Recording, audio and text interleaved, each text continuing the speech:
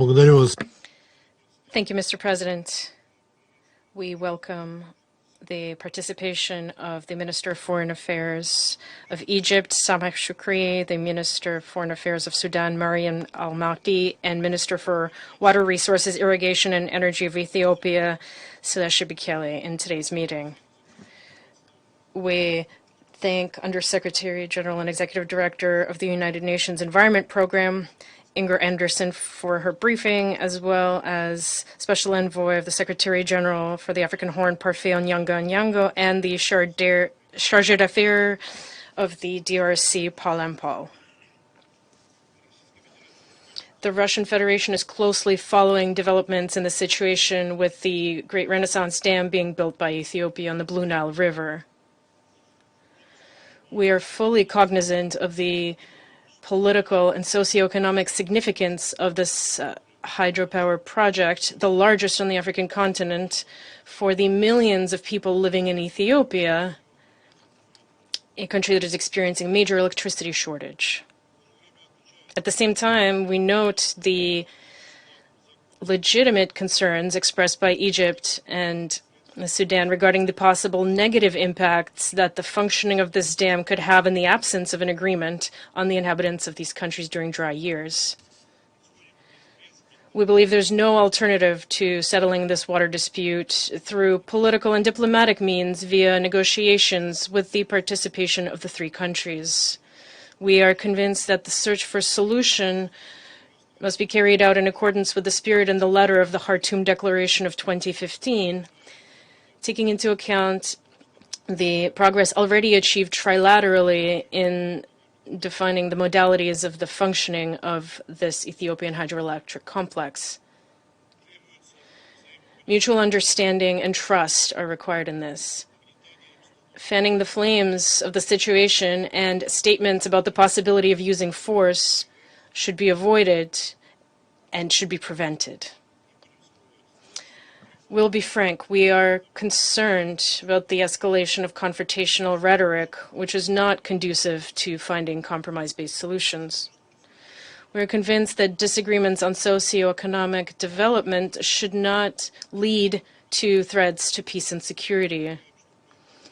We believe that gradually reaching agreements on certain aspects of filling the reservoir and the further operation of the power station could lead to a de-escalation between the parties and help to gradually reach a comprehensive, mutually acceptable agreement. The best option would be to negotiate such a document with all the countries of the Nile Basin, which should participate in determining the modalities for the use of water resources on an equal footing.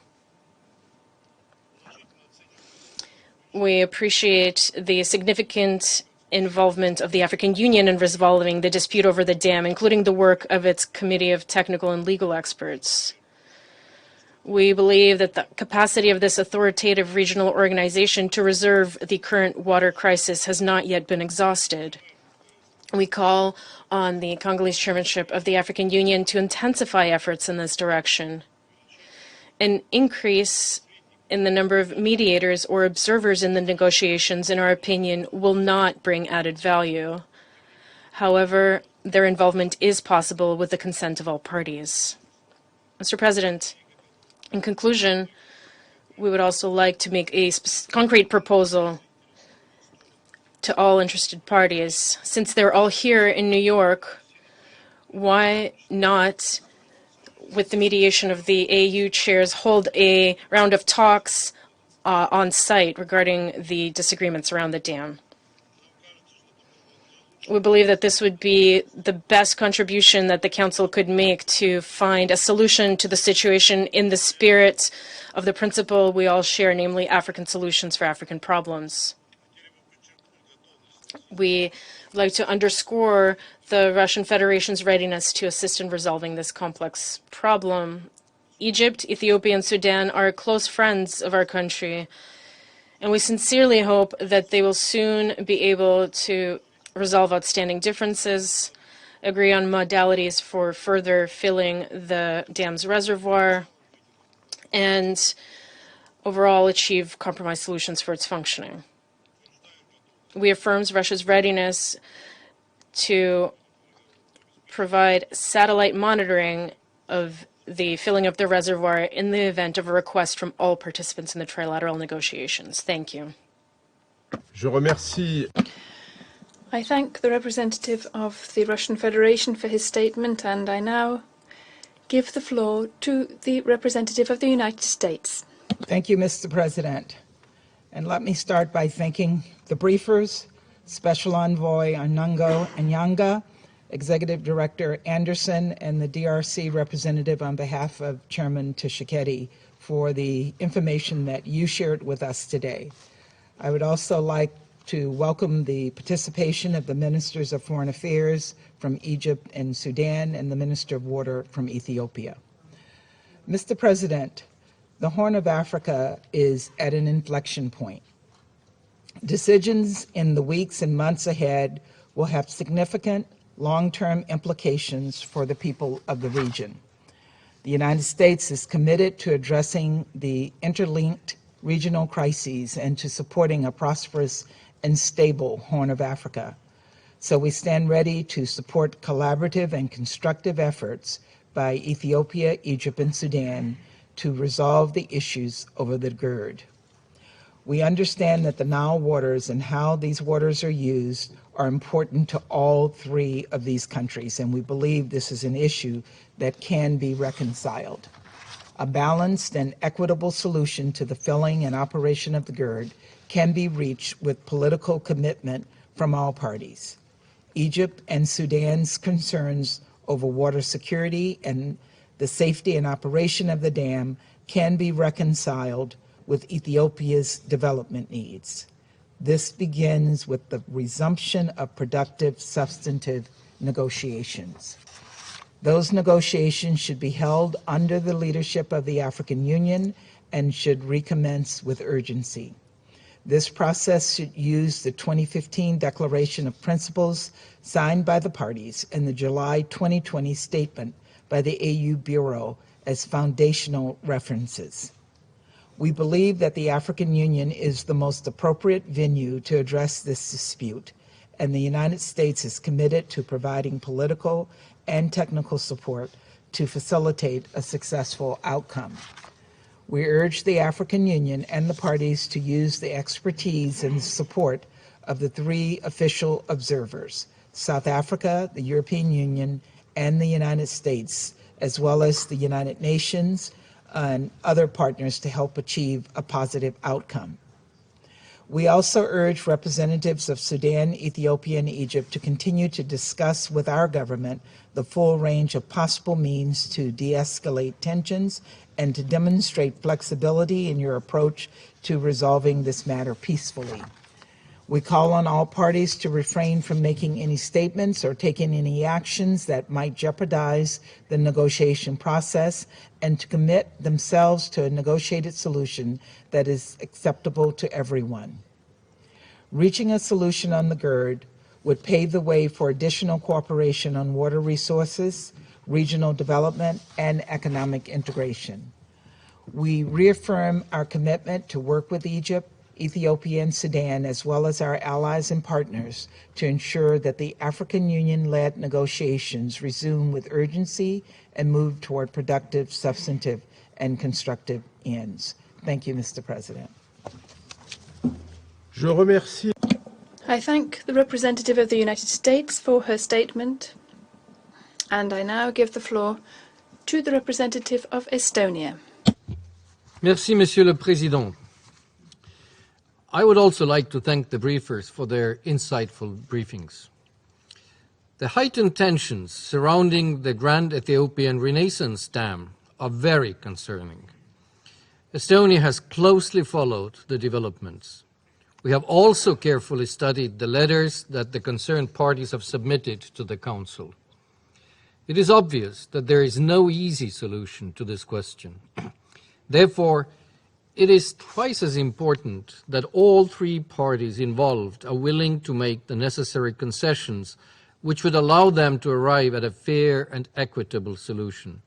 I believe this is achievable if all involved will negotiate in good faith. We acknowledge the role that the African Union has played in trying to help to find a solution.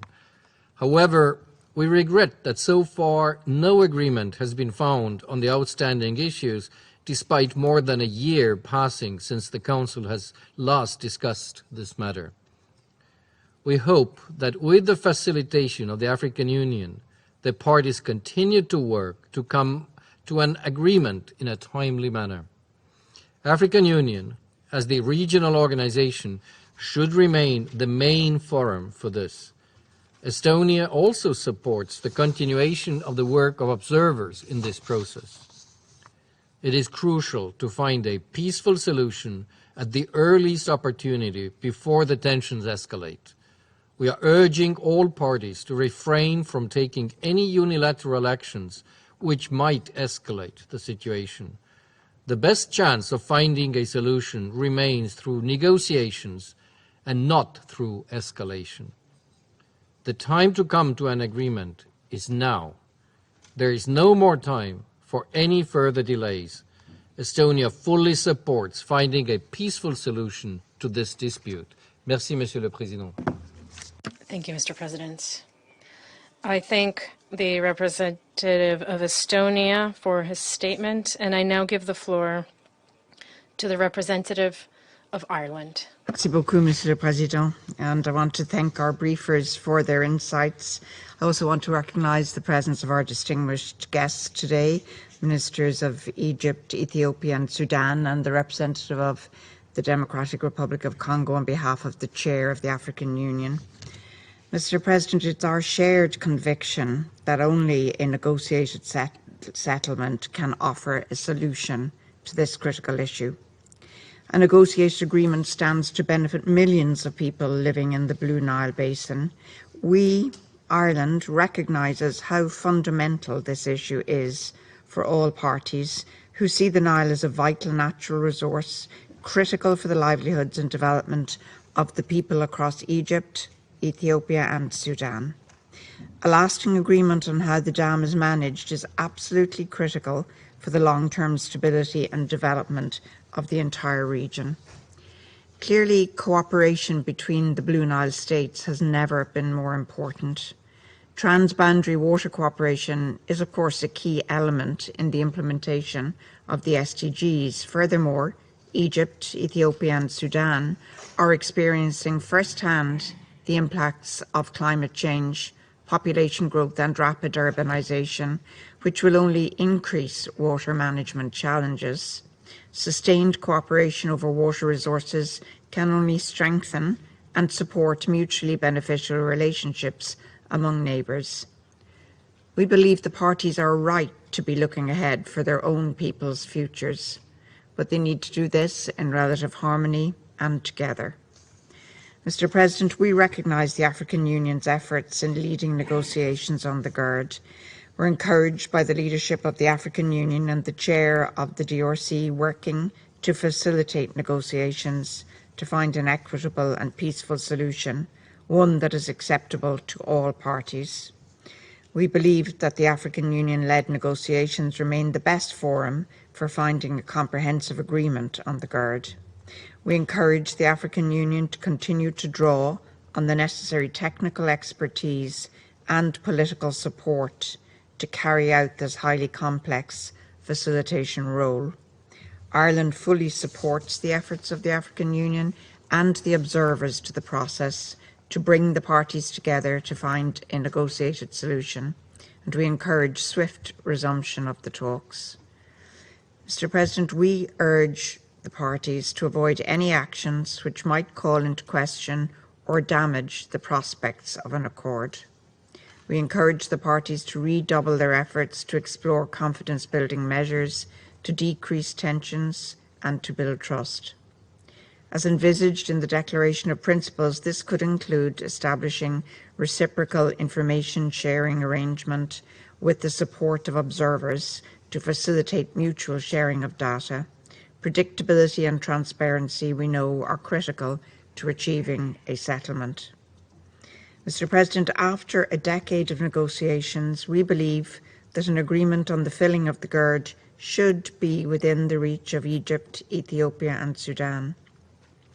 In the 2015 Declaration of Principles on the GERD, the three countries committed to cooperation, equitable and reasonable utilisation, security and the peaceful settlement of disputes. We hope that the remaining differences can be overcome with the necessary political will and a spirit of compromise that will benefit all the people of the region. Once again, we urge the parties to return to the negotiation table. We also understand that to achieve that, political support is required. We see our meeting here today as part of the international community's response to this. We will continue to support a negotiated resolution on this matter. We fully support the European Union's role as an observer to the AU-led process, and we as Ireland stand ready to assist as needed. Thank you, Mr. Chairman. Merci. Je remercie. I thank the representative of Ireland for her statement, and I now give the floor to the representative of India.